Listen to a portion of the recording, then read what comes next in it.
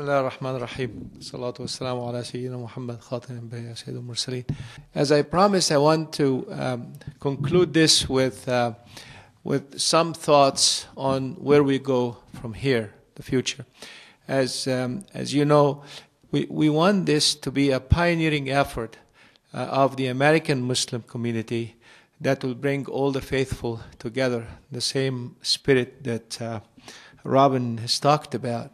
And really, as long as you believe in God, that is what really counts. And I firmly believe that America is flocking towards God, be it Judaic or Christian or Muslim or Buddhist. And we need to take the lead on this front. As I said this morning, the senator from North Carolina office called me. And they said, "Why are you doing this? You are Muslims." I said, "Well, what would not allow us to do this? We believe that the Abrahamic faith has prohibited riba, and we're honored to take the lead in this field. And we thank and praise Almighty God that He has allowed us to do this. Now we have a new member in our group, which is the Bank of Whittier, where we can talk to people about the concept without calling it Christian or Islamic or Judaic. But when we tell our story to the community at large, they love it. They say, "We've never heard it this way before." We tell them we do not rent money. So what do you mean? So we want to go through it systematically to make sure that your project that you want to finance makes economic sense. And we frankly don't do this only for our benefit as a bank, but it's also for your benefit, your family's benefit. So you don't get into something that bombs in your face, and then your family will suffer, your kids will suffer for a generation or 2 generations to come. And they just love every minute of it, so we thank God for it. Next slide. First, I would like to throw and shed some more light on some of the thoughts that were mentioned this morning. First of all, we do not do Sharia arbitrage. We do not practice Sharia arbitrage.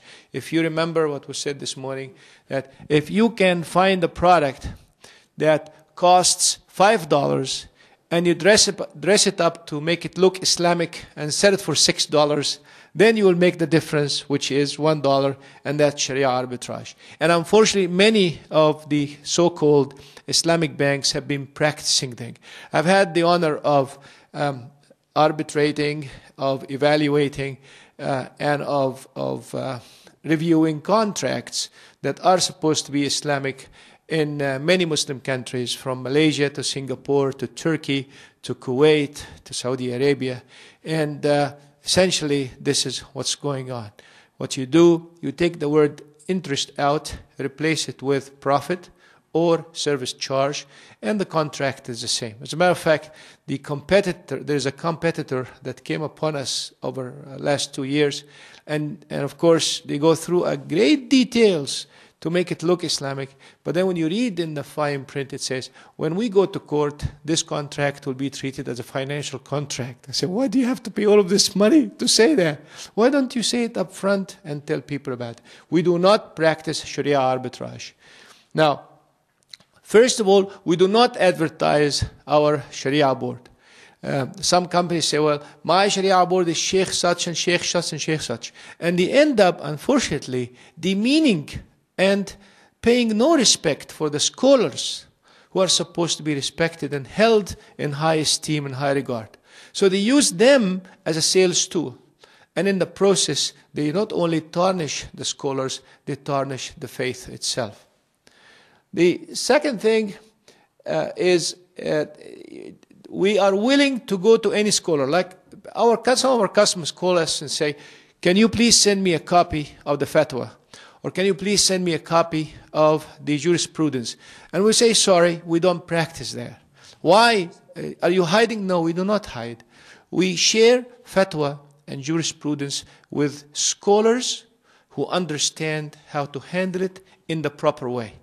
Because legal system in any country is not handled by anybody, but has to be handled by experts who know the law.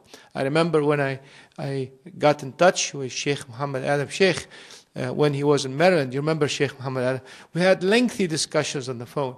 And I jumped on the airplane. I went to him. And behind closed doors, we sat down for hours going through the model we have in a very methodical way, answering his questions and so on. We do this in a very systemic and honorable way.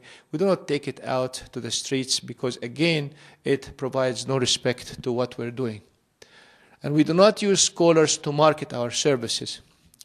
And then the final point about what we do, it is not the mechanics. Unfortunately, most of the Islamic bankers in the last 30 years have focused more on the mechanics and less on the spirit. And I will give you two examples. One of them is acceptable, the other one is a little repulsive, but it is designed to stick to your mind being repulsive. The first one is the chicken. If you go to Vons or Kroger and buy a whole chicken, you can buy it for $2, $3, $4, $5. You go to the Biha meat store, you'll buy it for $7 or $8. And you put them on a table, they look the same. So people say, well, they look the same. Why do you call this halal and why do you call this haram? Well, because it is in the process, in the spirit, in the way these chicken were handled.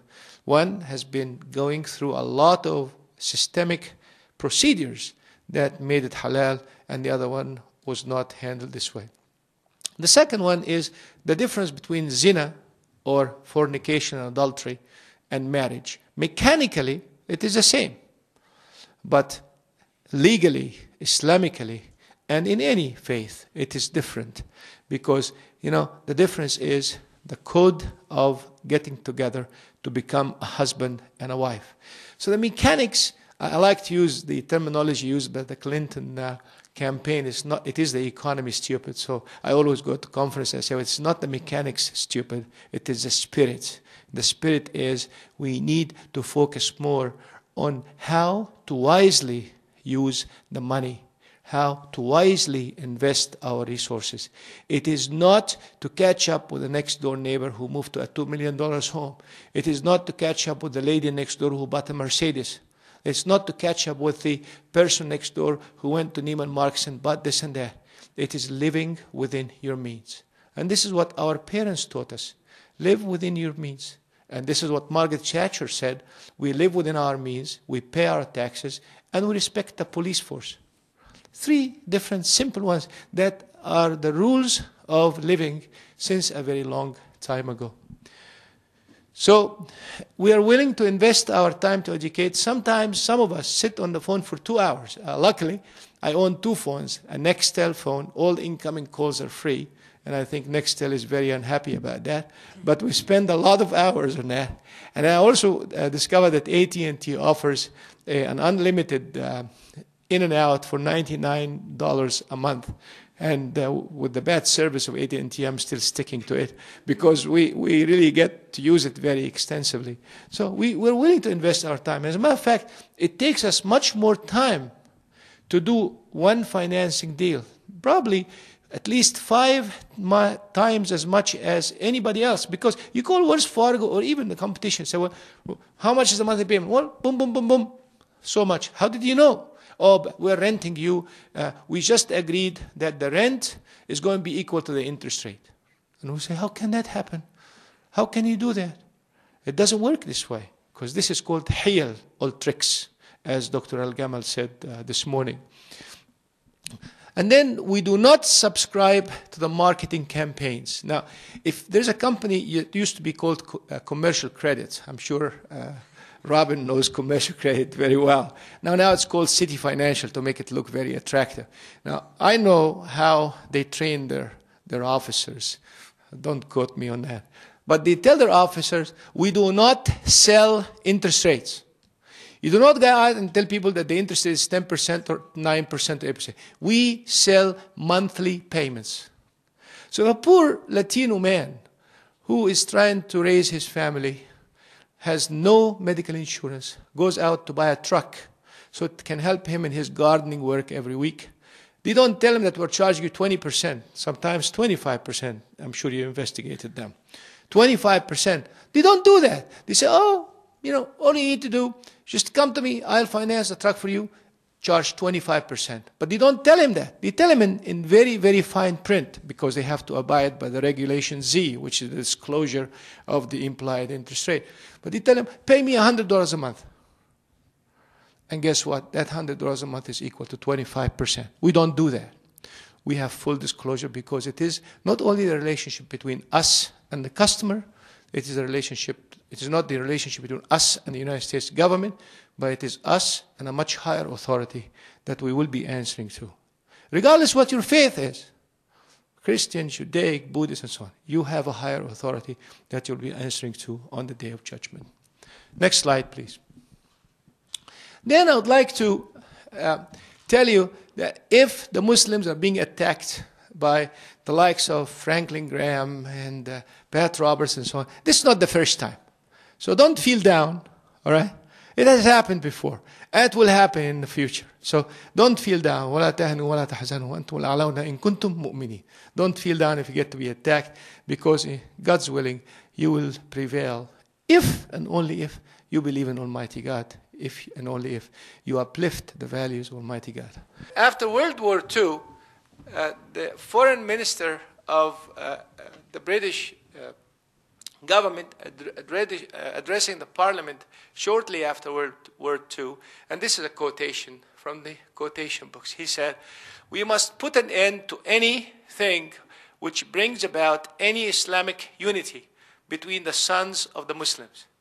As we have already succeeded in finishing off the Khilafah, so we must ensure that there will never arise again unity for the Muslims, whether it be intellectual or cultural unity."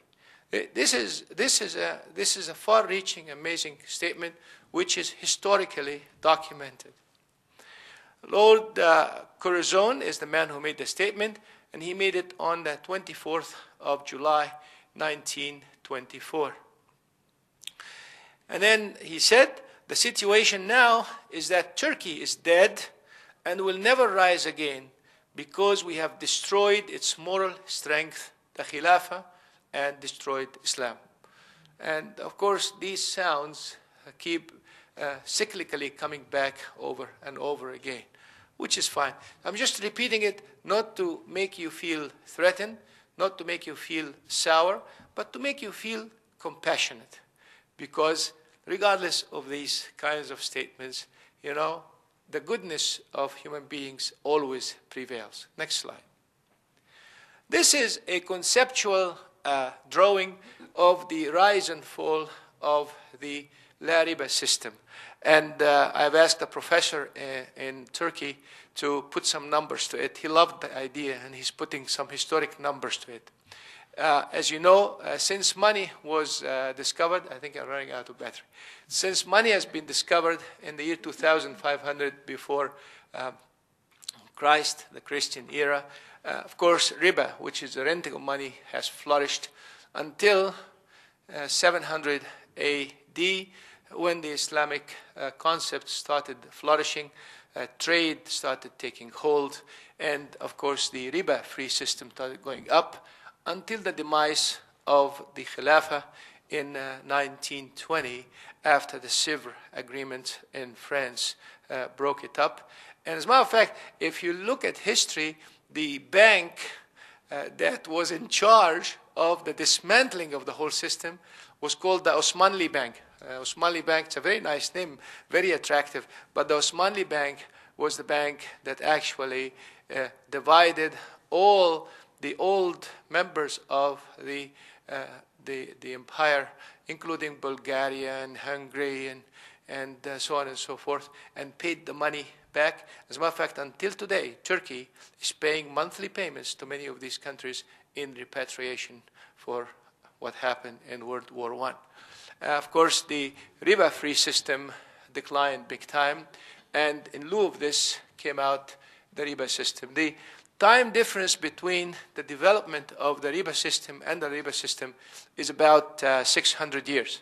So to play catch-up, just to play catch-up, it will take us, in my guesstimate, about 150 years to do this. We started about 20 years ago, so we got 130 years. So plan on 130 years. And when I say this, I say it very advisedly, because I hope that you will give the news to your children and your grandchildren. I once had a conversation with a rabbi who told me that the definition of a good Jew, Yahya, is not only the person who teaches his children to be good Jews who speak Hebrew, but it is the person who teaches his or her children and their grandchildren to be good Jewish and good Hebrew speaking.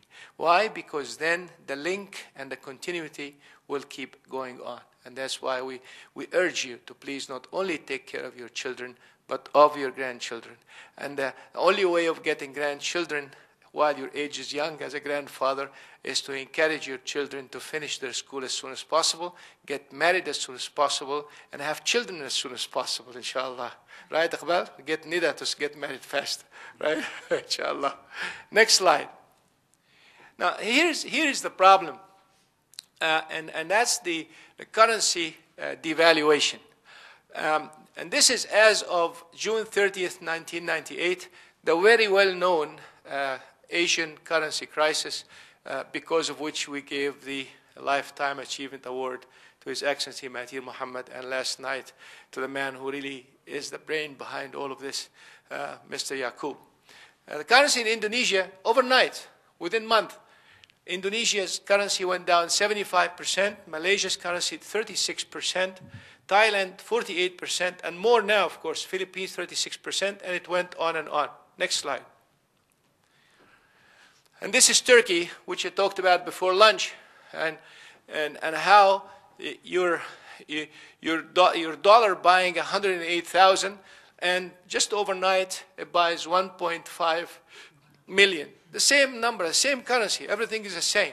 Just and as I said before, and I'm saying it for the benefit of Robin, is you know, the rich and famous and the major generals and the army officers, they don't get to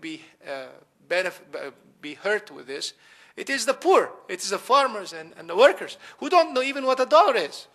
All you need to do is just to buy bread to feed their kids in the morning. And they wake up in the morning and they find that you cannot even buy that loaf of bread. I think this is criminal. I think this is unfair. I think this is unethical. I think it's non-religious, sacrilegious. I don't care what you call yourself, but it is not acceptable. Same thing, same story. Indonesia, Libya, Sudan, Malaysia, Pakistan, Egypt, and Morocco. And as a matter of fact, this is a snapshot in January 2002, and I'm going to update that slide. I prepared that slide back. I was doing some brainstorming, and I'm very happy to report that a lot of activities are going on. But inshallah, when it matures, we'll talk about it. Next slide. The results of all of this is the value of the salaries and the savings and pensions and the price of goods and services went down. I mean, if they tell you that, oh, hey, you saved 100,000 liras, what was 100,000 liras overnight, it became nothing, zero. So you are back. And the same thing happened here in the United States in a different format, which is Enron. I'm sure you heard about Enron and so on and so forth. And of course, because your economy is bad, when you go out and borrow in the international markets, you will borrow for a higher interest rate. So when you go out and say, please help me, banks, they will charge you 20% and 25%. And just next slide, I want to go fast on this. I hope you don't fall asleep. Are you all asleep? Hello? Okay, next slide. The major powers resort to freezing assets entrusted with its banks. Like, for instance, Egypt had millions of dollars at the time, in today's value, billions of dollars. And when the Suez Canal was nationalized, the assets of Egypt in the Western banks, especially in England, had been frozen. You can't get it. Same thing happened to Iran after the Islamic Revolution in Iran. We, the United States, owes Iran about $70 billion. Over and above the economic boycott, over and above all this stuff, we owe them money, and we haven't paid them back for it. Same thing with Pakistan. And then the non-profit organizations and the wealthy individuals get to be harassed. Like, we have to pay zakah. And where do we pay it? We have to have an honorable organization. And all of them became dishonored. Why? We don't know. Some of them were bad boys and girls. Yes, we agree, and they should be shut down. But it doesn't mean that we shut down everything. Next slide. And then the money printing thing, as I said this morning, the only central bank in the world that does not yield to political pressure to a certain extent is the Federal Reserve Board of the United States. Everybody else actually is controlled by the president of this country, or the king of that country, or the prince of that country. Take your pick. And then debt accumulation without democratic due process. As you know, if the city of Pasadena wants to go out and issue a bond so they can borrow money from the public to build streets, they have to go and have a referendum on borrowing or not. Is that what we do here? Hello? Is that what we do here? That's what we do here. You go to these countries, they just do it on their own, without telling the people about it, without taking their opinion. And then in the morning, say, you know, I forgot to tell you. I'm sorry, I forgot to tell you. You know, I owe the United States $5 billion. And this is very undemocratic. And this is the real democracy that we should bring to these countries. It's not just the dressed up, glossy thing that we talk about in the media. We want honorable people to run these places. Next slide. And the leakage outside the economy, another very, very well-known thing. And those of you who come from developing countries, from Sudan to Egypt to Pakistan to India, any one of these, you go to the bank, they lend you money because you are well-connected and respected. You take the money, what do you do with it? Invest it in the country? What do? You invest probably 10% of it in the country, and the rest of it goes to your secret bank account in Switzerland and invest it somewhere else, but not in the country. So what you do, you go and take loans from the United States and England. You bring the money to Egypt. You go and borrow the same money, take 90%, send it back to where it came from. 10% stays in the economy. What happens? A complete destruction of the economy. As a matter of fact, if you look at the way our system here in the United States has been designed, the reason we have Merrill Lynch, Smith Barney, UBS, is exactly to minimize the leakage of the money outside the economy. What do? They take the surplus money that you have so they can invest it in the United States. And if there is a good investment opportunity, it is invested by qualified professionals in specific countries according to a certain risk model that they follow. We do exactly the opposite in these countries. And then, of course, interruption of trade. Keep going. Now we get to the fiat money. What is fiat money? Fiat money, there is a brand name in Italy called Fiat automobiles. They tried to bring it here into America. It didn't work. So that's essentially what fiat money is. So this is $1. Now, the reason this piece of paper is respected is because it carries the full faith and credit of the United States government. And it also carries something that not too many people, including Mahmoud the economist, don't publicize for, and that is the gold support. And I will get you some statements to prove that to you. Now, this is fiat money. It says it's worth $1, but really, if you print it, it costs 2 cents to print this piece of paper here. But it's valuable because it carries the full faith and credit of the United States government. And it says, on top of it, read it, this note is legal tender for all debts, public and private. Now, whereas the United States says, if you carry this, I owe you $1, right? Now, in the old days, in the early days of England, a British pound used to be a gold pound. And then they started injecting some copper in it. And we have a big research on that. Slowly injecting copper in it, 10%, 20%, 40%, 50%. And then actually it became plastic. Here, this is money, right? This is money. And then it becomes a blip on the computer. So really, this money is man-made, it's created. And that's why when you go back, and I'll show you some of the foundations, and I call this effort the last leg in the misrepresentation of facts about renting money to people. And of course, the least educated are the ones who fall for it. These are the poor people who go out and farm and clean your yard and cook for you at the restaurants, so on and so forth.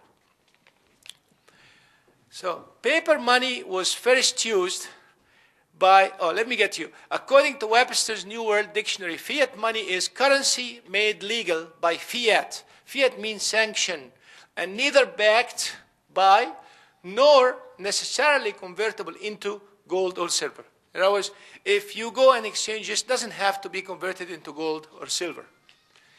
Paper money was first used by the Chinese beginning in the Tang Dynasty between 618 and 907.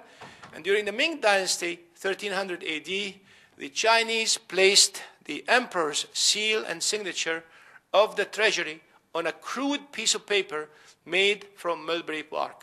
Just a piece of paper, essentially not much different from this, but less sophisticated in printing.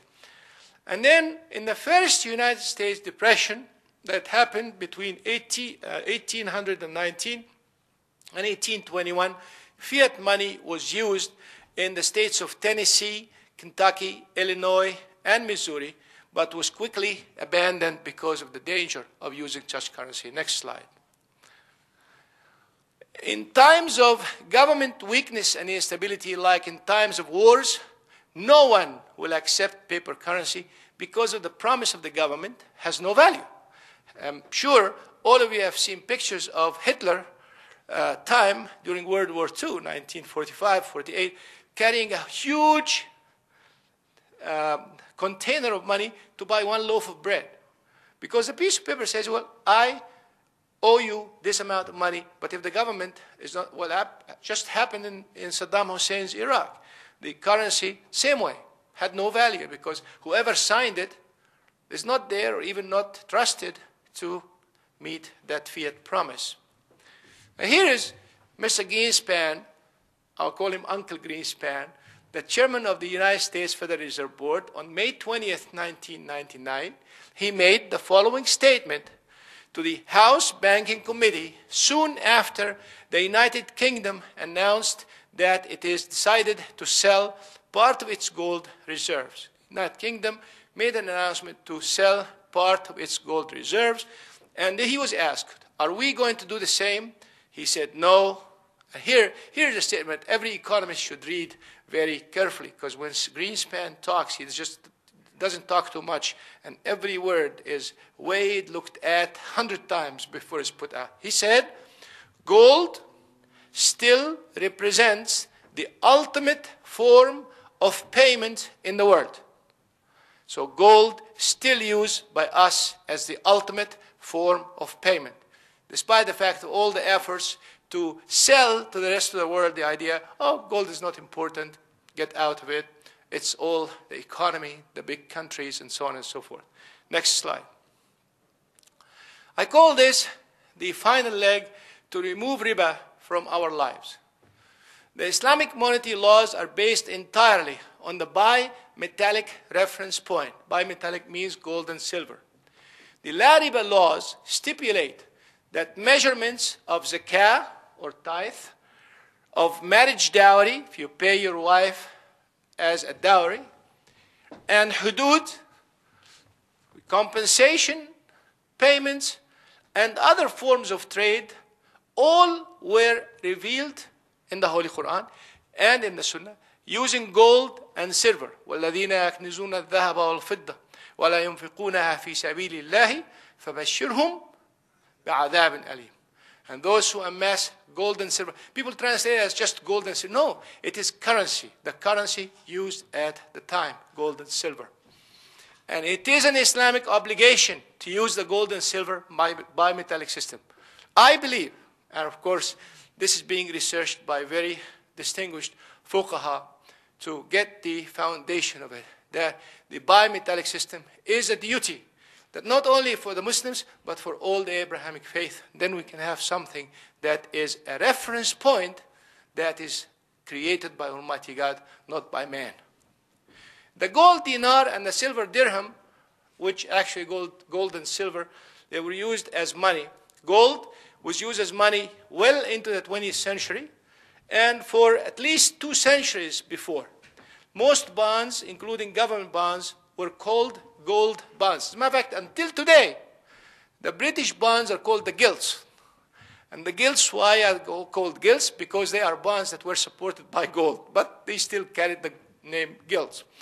After World War II, convertibility of paper money into gold was suspended for the most part and was finally terminated by President Nixon in 1971. I have a story to tell you about President Nixon. You remember in 1968, a very distinguished man came to power in France. His name is Charles de Gaulle. And Charles de Gaulle actually was one of the military leaders that signed up the treaty with the new Algerian government after the liberation of Algeria. Just a little inclusion here. I don't know if you know this or not. I just didn't know it until very recently. The army of Algeria, after signing the treaty, was actually the French army of Algerians that was stationed in Algeria. And that's why Algeria was never stable. I didn't know that. I just knew it when I was passing through some documents, and it's an amazing thing. But back to Mr. de Gaulle. So de Gaulle came, and he was a very smart man, he and his advisors. And of course, the French always have been competing with the United States. I'm yet to find out the historical reason for it, but they have been in competition. As you know, after the Marshall Plan, which we all hear about nowadays with Iraq and so on, the United States printed a lot of money, sent it to Europe so we can develop the economy of Europe. That created a lot of money pooled in Europe. Then Charles de Gaulle found a lot of these dollars, and he didn't know what to do with it. So he said to his advisors, I'm a little bit dramatizing it. He said, well, what do I do with this money? They said, well, we have something called the Bretton Woods Agreement that we signed in 1948 with all nations that would say that every dollar that we issue is like gold. He said, what do you mean? He said, well, we agreed that the ounce of gold, the price of 1 ounce of gold is fixed at $35 an ounce. He said, wonderful. I can send all of these dollars to the United States and ask for gold from Fort Knox. And indeed, that's what he did for almost 6 months. He would send dollars to the United States, and gold is shipped in C-130 cargo airplanes back to London, because London is the headquarters of the London Metal Exchange, where metal is exchanged, which is gold exchange. As a matter of fact, the story is that they stored it on the second floor. The second floor collapsed because of the heaviness of the gold. Then Mr. Nixon started finding out that more than 1/4 of the gold in Fort Knox have been depleted. So he said, what do we do? And of course, inflation was rampant. You remember those days and so on. So he was advised to break the relationship between the dollar and the gold, and that happened in August 1971. I don't think Robin was old enough to remember that. But those days, they had the wage and price freeze and control and then the value of the gold was left to float to its market value.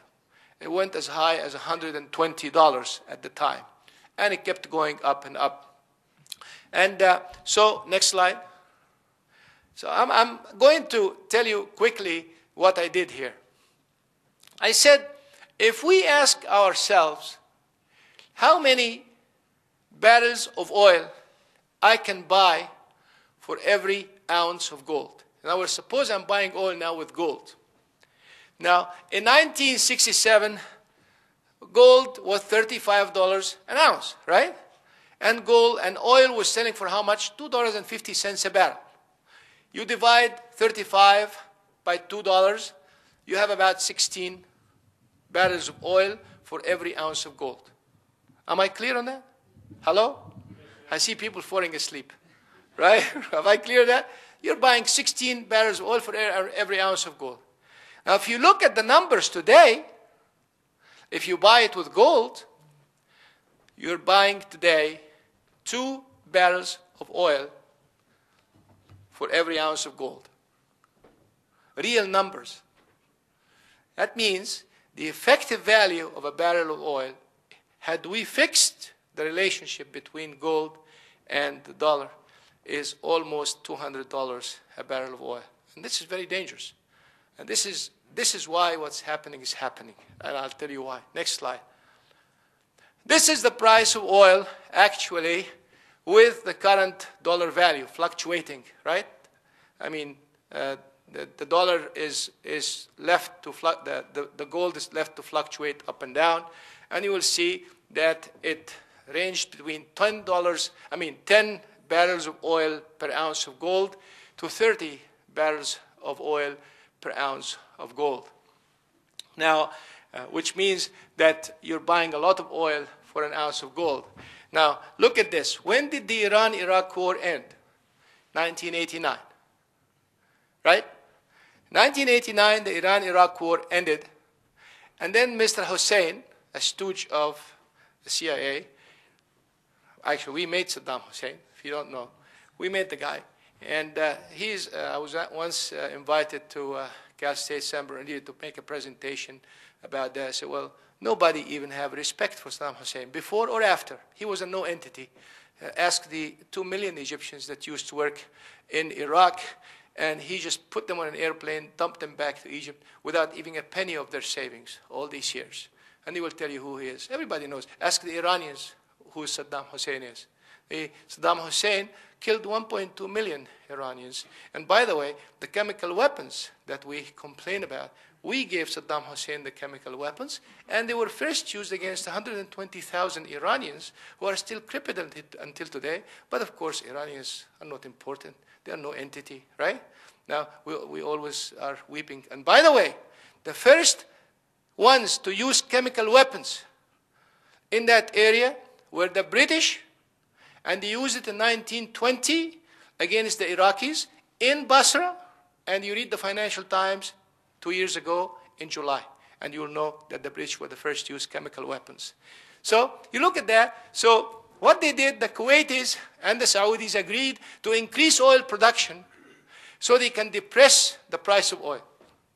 So when Saddam Hussein pays back what he owes them, because all of these weapons used to move from Kuwait to Iraq. And I was in Kuwait by mere coincidence there, trying to restructure a bank for a year and a half. I used to tell them at the highest level, one day, these tanks that you are sending to kill the Iranians will turn around and attack you. Wallahi al-azim. I used to say it. They don't believe me. They would not believe me. And indeed it happened. Anyway, so they said, why don't we take more oil from him? They reduced the price of oil. Remember, oil prices went as low as $6 and $8. That was in this period. And that was another motivation for what happened. Next slide. And this is a comparison of what we're talking about. This is the real thing, and this is the virtual thing, like Michael Moore says. This is the virtual thing. Next slide. And I want to share with you then the real meaning of all of this, so you can be aware. This is our spheres of influence, the United States spheres of influence in the world. When we captured the Philippines to get control of this area, and by the way, the model is you go and capture a small country, and from it you operate to control the area, and that is what happened, the Philippines and Japan in here. And then Western Europe, we controlled Western Europe and Saudi Arabia. Now, at the time in the 20th century, controlled Egypt. We could not control Iran and could not control Iraq. And this is the area we control Turkey, and so on and so forth. Now, in the 21st century, oil is very, very scarce, as I showed you. The value of oil is very, very high. So our economic development plan in the United States requires the reliance on oil, requires that if the Europeans, who are the next most sophisticated economies after us, and getting very close to be competing with us, whenever they want oil, they do not go and negotiate for it in Saudi Arabia. They do not go and negotiate for it in Iraq. They come and negotiate for it where? In Washington, D.C. And that's a good objective. Has nothing to do with attacking Islam and the Muslims, Mr. Bush. I mean, we tell you, if this is a good objective, articulate it this way. Why do we have to use us, the Muslims, as your sacrificial lamb to do that? And this is the thing. Let's look at the map as perceived by some policymakers. And this is my fiction of imagination based on my research. I mean, can be improved upon by many of you. Next slide, please. This is how the world looks after the fall of the Soviet Union. This red boundary is us. And that's why our defense forces are actually spread too thin. We're trying to control Russia, trying to control Indonesia, we're trying to control this whole wide world. This green circle is the European Union. As a matter of fact, yesterday, that green circle has just expanded this way, trying to get out of the old blue line. But guess what? We have a bigger line surrounding it. You see the whole idea? So we have here the European Union, and that European Union is expanding this way. Now, why don't the European Union like to have Turkey in there? For two reasons. The historic fact that it's an Islamic, part of the Islamic Empire, that's one reason. But the bigger reason is that Turkey is an important ally with us in NATO, and if they get in, that will be a thorny bridge and insider information that the European Union doesn't want to have. So this is a synopsis. Now, for instance, why is this line going to West Africa? Well, this line is going to West Africa. Why? Because there is oil there, and these are oil routes. So for the first time in history, you find a country called Ivory Coast or Côte d'Ivoire, which speaks French, do not know a word of English, have no knowledge of the United States, carrying us, our American flag, and having signed and demonstrating to change the government. The war in Algeria is a war that actually tries to include Algeria in this map. What happened in Libya, Egypt, what's happening in Sudan, breaking it into 3 pieces very soon, and Chad, and so on and so forth, gives you an idea of the new world in the 21st century. Next slide. And I want to tell you about the dirham and the dinar. The second Khalifa, Umar ibn al-Khattab, who ruled between 634 and 644 Christian era, said that here is our system. The dinar is the weight of 22 karat gold, which is equivalent to 4.3 grams, and the dirham is the weight of the silver equivalent to 3 grams. In other words, he established a convertibility. What is a convertibility? It's exactly like you convert from Fahrenheit to centigrade. He said that 7 dinars in gold must be equivalent to 10 dirhams. So the relationship between gold and silver have been fixed. And this is the system. This is a system, regardless of the supply and demand. It is a system. That's how it is. And because it is a system, it automatically will impact the mining for silver and gold as an industry. So the first Muslim coin were struck during Khalifa Uthman ibn Affan, 644-656. And first original minting of the Islamic dirham was done 695 during Khalifa Abdul Malik ibn Marwan. Malik ibn Marwan is the one who built the Dome of the Rock. Next slide.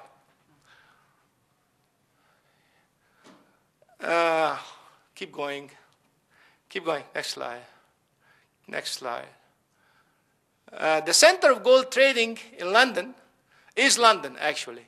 And the center of London gold and silver trading is called the London Bullion Market. And the London Bullion Market Association controls it, LBMA. Now, how does gold price get to be fixed? Gold prices are fixed beginning in 1919. And this happened until 1939, when the gold market was closed due to World War II. The market was reopened in 1954. When the central bank gold pool began officially in 1961, the Bank of England, as agent of this pool, maintained an open telephone line with Mr. Rothschild. Now, Mr. Rothschild had 5 kiddos, 5 sons. 1 in New York, 1 in Austria, 1 in Germany, 1 in France, and 1 in England. And they used to trade using pigeons. I don't know if you know this or not, historically.